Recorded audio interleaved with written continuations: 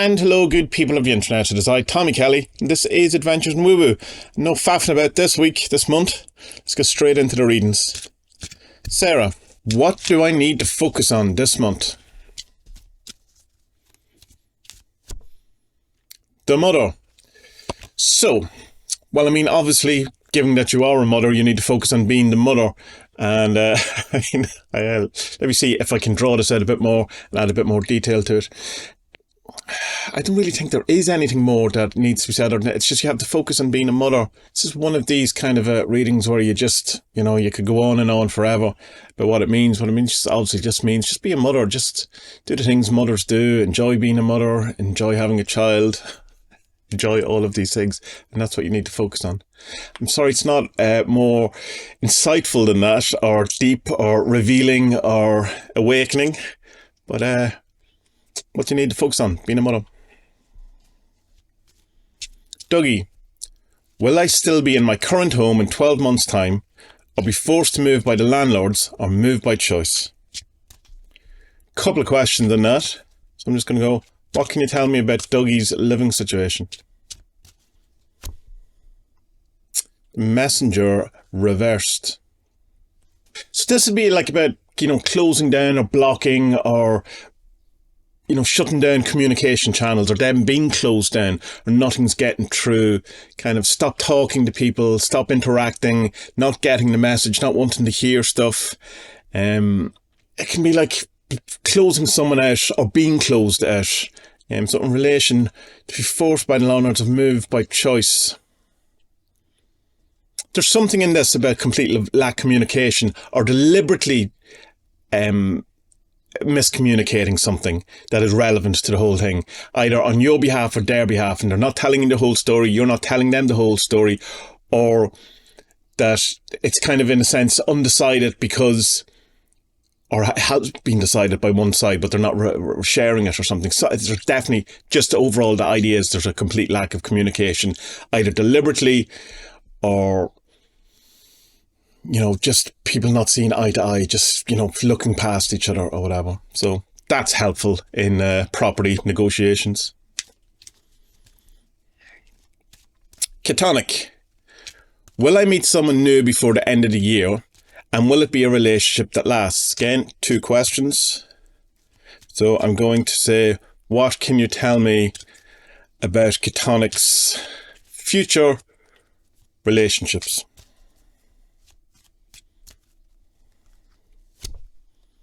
The nun, the chaste. I mean, then if it is a relationship, it's probably going to be a friendship relationship rather than a sexual relationship.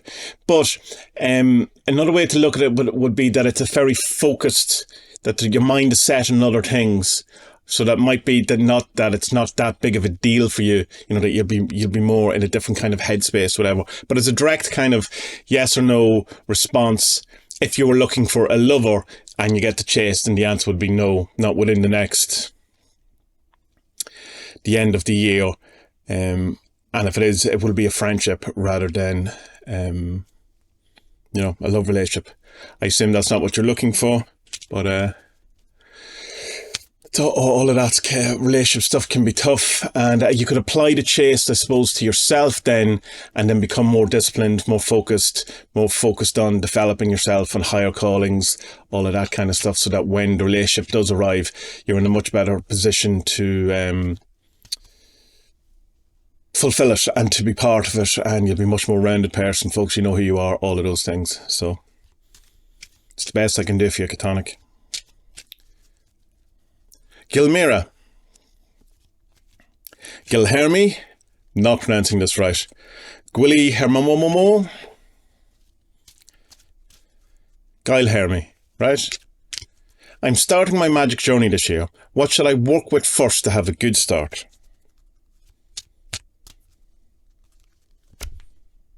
The Guru. So the Guru is about, rather than armchair magicians or armchair occultists or armchair Buddhists or armchair Tantra practitioners or whatever it is about, rather than just getting all the knowledge, storing all the knowledge, keeping all the knowledge, buying all the books, doing all the courses, watching all the YouTubes, listening to all the podcasts, all the thing. It's the guru is a practical use of all that, actually doing stuff. So if this is your first magic project or magic journey, it's the beginning of it, then it's a call to actually do magic. Get straight into it. Don't be waiting around till you know more. Don't be waiting around to a better time. Don't waiting around for anything. Get hands on and do magic from the beginning. And the guru is certainly someone, a servant you could work with. But Advanced Magic by Beginners. Advanced Magic for Beginners by Alan Chapman is a great book on actually getting your hands dirty and actually doing the magic. So if you haven't read that, maybe check that out. But once read it, also do the stuff. Winnie, which servant that would be best to help my son in his sporting journey?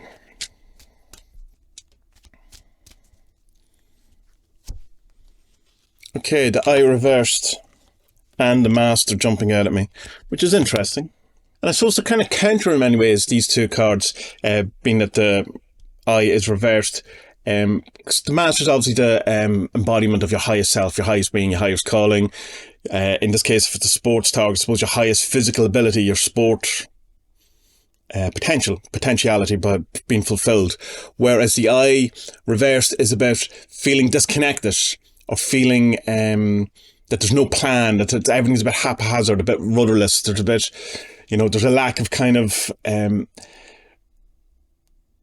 between your spiritual goals and your material goals and your material life, there's a lack of connection whatsoever. So this would be suggested the thing to do is for him to have in some way have a bigger picture than just concentrating solely, say, on the physical stuff, on the sports stuff, to have, visualizations, use all that kind of stuff to feel that there's a bigger picture at play, that it's not just about, say, essentially, I don't know what the sport is, it's not just about winning the race, it's about all the training and all the things that go around that, to have a bigger rounded feeling of who you are and your connection to the world and stuff. And don't be so myopic about just one particular bit of training or one particular sport. See that in the bigger picture and try to see what he's trying to do as a connection to a larger divine reality.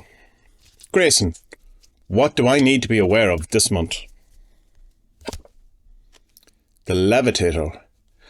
Rising above it all, seeing things from a different angle, not getting embroiled in all the day-to-day drama, not getting into the emotion of it, not getting into the victimhood of it, or the personalities, or the excitement, or the drama, the general thing. Rising above it, or seeing something from a different perspective. It's very hard, obviously, clearly, to see situations and circumstances that you're in objectively because you're having a subjective experience of them. Whereas if you were talking to someone else and they were telling you the story or the circumstance, you can have a better kind of approach to it because you're not, there's no emotional attachment to it, or you're not within it. It's not just kind of all encompassing.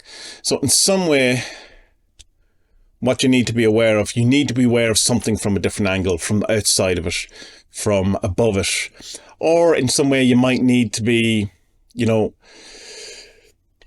bigger person. Yeah, the taller person, which has the kind of downside of, being on your high horse or in your ivory tower, not that kind of thing, but just kind of something about not being embedded within whatever's going on.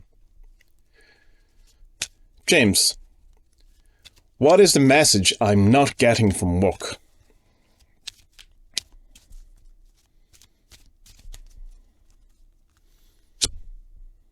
The sun, power, where the energy is coming from.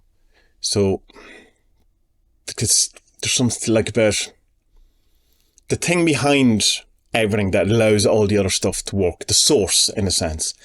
But it's to do with power and energy and illumination and light. It's the thing that gives life, if you want. So in regards to what you're not getting from, something about work that you're missing the starting point, the reason, the reason why you're doing it. What is it that is the actual motive? What's my motivation, man? It's something like that. Like, why is this happening? What is the need for this? What is the cause of this? What is the thing that will illuminate the entire thing? It's like, what? Why? The why? Why is this? What is this? Why is this happening? What's going on? What is this? What actually is this? Something along those lines. Something that's shining that isn't being seen, or because if you're not seeing where the sun is. You're not seeing the mitochondria of the cell. You're not seeing the energy source. Which could be something about you're not seeing who's really the boss or something, or you're not seeing who's really in charge. Or something like that. Or what's really in charge, or what the actual... if someone's saying, oh, this is the product we're making and we're doing it to help people, but secretly it's to take over the world, or something like that. It's the real motive or cause or something like that. Coronium. What energy do I need to work with this month to move me forward in my goals and wishes?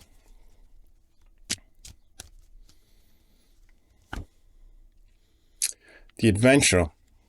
So you need the spirit of adventure to take some risks, I suppose, in some ways, to be open, to go out into the world, to express yourself, to see new opportunities, to do new things, to not be kind of staying at home, not be kind of insulating yourself, but to move out forward, expansion physically, talk to new people, go to new places, that kind of stuff. It's an expansion. It's not learning new ideas. It's not working on previous things. It's not patching old relationships. It's not rekindling old flames. It's not doing the same stuff you've done before. It's doing something new, pushing yourself out there, or going into new areas. And I mean, it doesn't have to be massively like jumping off cliffs or getting on roller coasters or doing something that terrifies you. Just something new. It's some sort of new adventure, some sort of new thing. So it's like that old saying of doing the same thing over and over again and expecting a different result. While it's a stupid statement, because that's literally what practice is in rehearsal, but it's something like that. Don't be thinking you have to revisit something or do something. It's something new. Jane, I recently lost someone close. Did he leave a message for me? This question makes me slightly uneasy, Jane, because it's a bit I know, too personal or too important for something as somewhat frivolous as just doing one card readings for someone on the internet, if that makes sense. Not that I'm not taken seriously, or not that I'm not doing my best, but it's just bereavement and death and all that is, it's heavy and stuff. And no matter what card I pick, there's going to be an answer, okay? And so how do you get an answer to the question saying that there's no message? You know what I mean? So I'm just going to pick a card and we'll see what it says.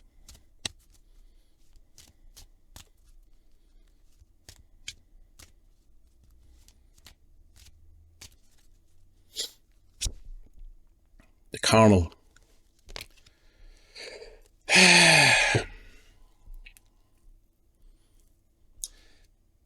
The carnal as an embodiment of living, of being alive. So what would a dead person say to a living person is to make sure that your gratitude for your body, for physicalness, for all of the things that they don't have, and to not take it for granted, to see it as a precious and rare thing to have a physical existence, to be incarnated, to have like a human life or whatever, and to take that on board and be very grateful for that. I'm sorry, Jane, to hear that. That's a tough time, and may your best days be ahead. Sue, what does June have in store for me? The planet. So this would be something around, you're going to either become aware of what you've surrounded yourself with, or you're going to surround yourself with something is going to gather around you. Something's going to come into your orbit, into your gravity, into your aura. And to be aware of that, and it's possibly something new, something big, you know, there's something new, like something's coming into your orbit, and to be aware of it and to recognize it when it's happened. And it could be positive influence, it can be a negative influence, it could be a neutral influence. It's hard, there's no judgment around whether it's good, bad or indifferent, other than it's going to happen, that there's something coming. I mean, that sounds quite obvious, there's something coming, but there's going to be an influence, or there's going, I don't know, we see an influence, something's coming into your orbit, in your aura, in your surroundings, and it's going to be in your space. Be either energetically, emotionally, physically, mentally, other things. So be aware of that. Rebecca, what did the servants advise on stopping a bad habit once and for all?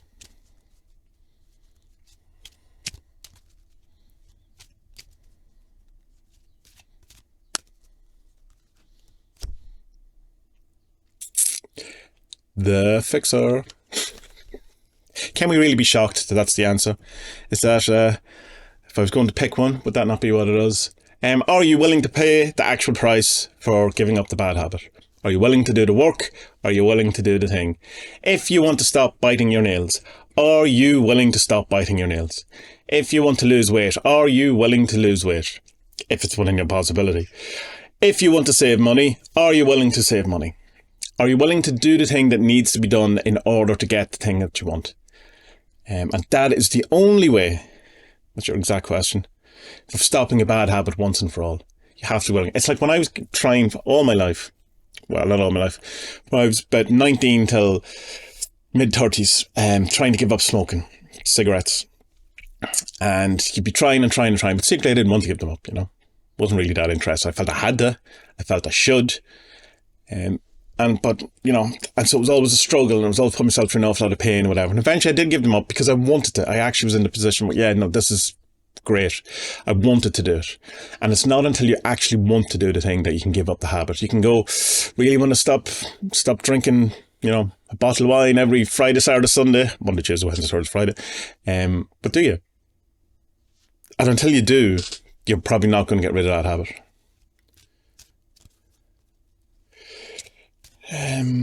Indy, what energy can I work with to declutter and improve my home? The media. So the media is a kind of an odd one in that, not really an odd one, but it kind of in some sense goes against the advice that you're told by loads of other things, in that, you know, you shouldn't care what other people think. You shouldn't care what, you know, the general public think, or, you know, it only cares what you think and what your kind of sense of it. But this is saying a way to look at this, to declutter and improve your home, is have a look at how it looks from the outside point of view. Walk into your house as if you don't live there and see what other people see. Because we can kind of be very used to and accepting of our own kind of clutter or filth or whatever. Filth, hopefully not. But, you know, like say I come into the office every day and I don't notice the things. I don't notice the cobweb or the bit under the drums that needs hoovering, or the shelves are a bit messy or something. Because sometimes the back of my head goes, oh, I'll do that. I know that needs to be done. That's kind of on my to-do list in here. So it's kind of done in one way, you know, I don't have to think about it. Or whatever it is, or it's just I'm being lazy or whatever. But it doesn't affect me. I don't see it. But when you can then put yourself in a position of walking in as, how would my friend who comes in see it? And this usually happens when you have your friends actually coming around and you have a quick look around to see what they're going to see. And it can be the same with anything. I find that I often do the same thing when I'm, say, writing, or when I'm, you know, doing music or doing a video, whatever. It's like, rather than me looking at it, I kind of go, what would it be like if I was looking at this and I was my mother or my friend, or, you know, whoever, just to get a different kind of perspective on it, and you see stuff that you definitely wouldn't see. So that would be the kind of the idea of, what does it look like from not you? What image are you presenting to other people? From a public relations standpoint, what is the state of your, I just want to make sure I have the declutter and improve your home. What does your home look like to other people? How is it representing you in a good or a bad way? And try to see it from that way, because you're probably going to be more tolerant of your own mess than what someone else would be. Not probably, you absolutely are, unless you're like a complete clean freak. And then if you were, you wouldn't be asking this question. Or maybe you are. Maybe you're hyper vigilant on clutter. But either way, look at it from the perspective of what other people will see. Peter, should I continue to try and salvage a problematic relationship? This could just be a yes or no. Like, should you continue to try and salvage? No, yes. But we'll see if it gives a bit more guidance on that, but it may not. The fixer. Are you willing to put in the work that needs to be done in order to solve it? Are you willing to sacrifice the things that you need to do? Are you willing to become the person that, would need to be in that situation, be that much better than you are now, or much more tolerant and much more compromising than you are now? Are you willing to do that? Are you satisfied with the price that would have to be paid in order for that relationship to be sustained? And if you are, then it's probably worth pursuing. But if you're not, then it's not worth pursuing. Do you want to be the person who's in that relationship? Fundamentally. That the person you would have to be in that relationship in order for it to be working. And not be a problem. Simon, what can I let go of this month?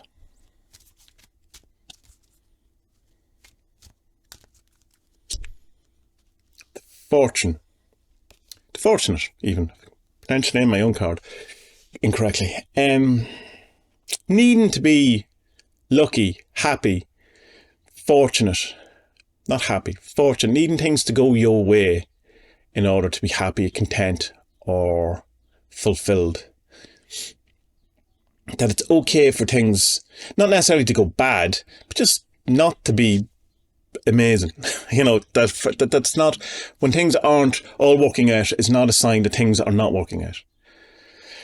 So to let go of, unless it's very literal and you have to let go of a fortune, that sort of money coming your way, that you'd be better off not having or not being involved, like a business opportunity, or a friend offering you something, that might be probably more in the giver's kind of territory. But something about letting go of either feeling the need to have good things, or something that looks too good to be true, or something like that. But it seems more likely that it'll be letting go of feeling things have to work out in order for you to feel that everything's okay. What can I let go of this month? Yeah. Alex, whose help do I need the most this month?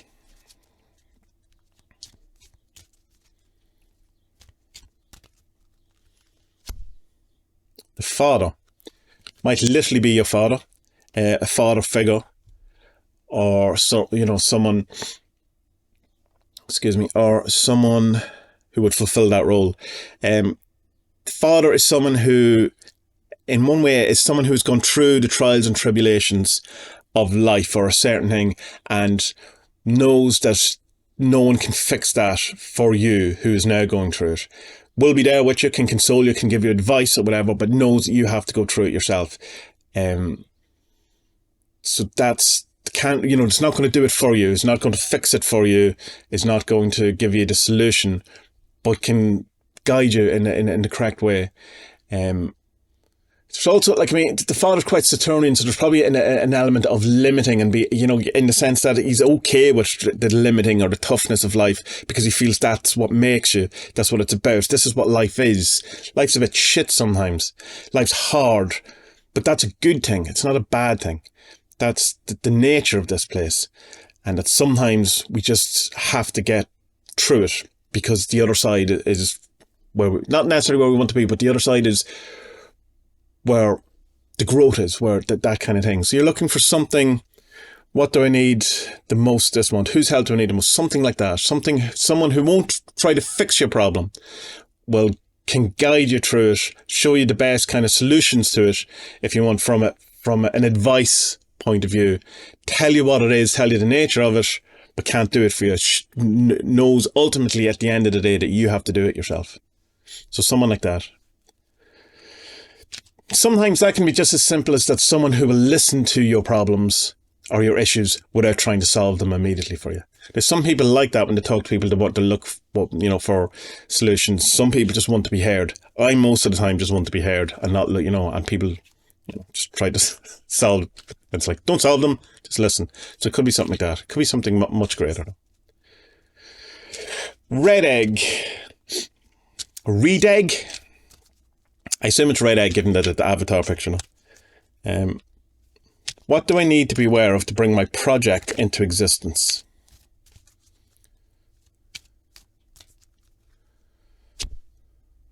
The Saint, that you may need help. That you may need an expert. You may need someone to help you out, or to intercede in your behalf, or do something for you, or put you in touch with someone that you wouldn't have the ability to be in touch with. To recommend someone to you, to have put a word in someone's ear for you. Something about something that you won't be able to do on your own, that you're going to need help in some way, be that from the expert themselves or someone who can intercede on your behalf. So like if you're going to court, the solicitor or the lawyer would be the saint in that. That's the intercedent. That's the person who will speak to the judge on your behalf. So hopefully that's not your project. But you may need something like that. Someone, or if you're looking for, which I know it's not what you're doing, but as an example, if you were looking for a new job, someone to put in a good word with the company, or someone who can get you access to the PR department, or someone who can get you access to the, the test paper the day before you have to do the test, something like that, which you'll need some sort of intercession. You need to be aware of that is something that if you're stuck in a problem, or that you're stuck, or you can't get somewhere, is that it's probably because it's out of your range set or your scope of influence. Is Vinceness. Where can I focus to improve as a person? Well, I think you're pretty swell, so maybe you don't need to improve at all. There's a presupposition in that question, Vince, that I may not like too much, or I'm not warming to. But your answer is the guru. Be more practical, do stuff, do the actual things, be more hands-on, less armchairy, more joggery.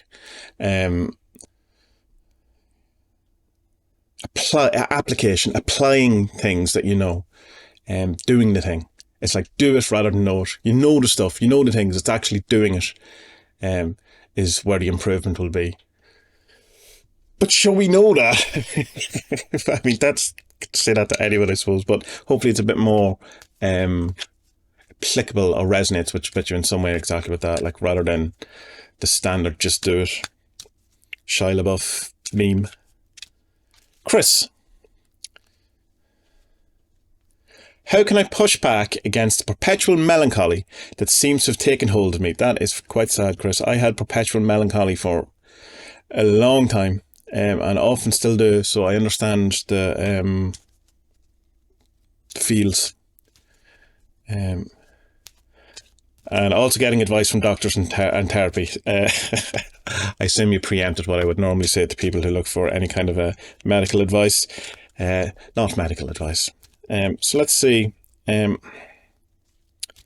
I could very easily go into talking about me, but given that I give out about people trying to solve problems when they're talking, I'll not do that. It's tough. It's just tough. So anyway, I'll shut up. What's the servant say? Because that's who you asked. Right, cards all over the floor.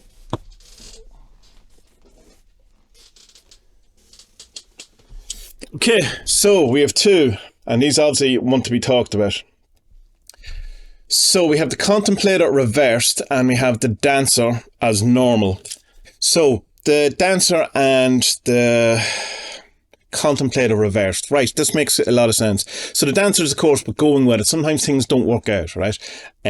Sometimes life just isn't what we want it to be, and it's the whole idea of just to go with it. Not to kind of give in to the melancholy, not to try and go, life is shit. It's not saying life's just, it's movement with it. It's going, this is what it is. And it's raining, so I'm doing rain. It's cold, so I'm going to be cold. And not see it as a problem necessarily, not see it as something that has gone wrong, not see it as something that needs to be fixed necessarily. Like, I mean, can be improved upon, of course, as moving forward, but not that there's something inherently or innately wrong with the situation, or bad, or fucked up, or, that it's, could have been better, but someone or something happened and changed it and adulterated it and stained it in some way. It's not saying that. It's saying that no, things don't work out. That's okay. That's life. This is the way it is, and just go with it and dance. And that the struggle, the pain, the melancholy, the sadness, the hurt, and all that is in wanting it to have been different.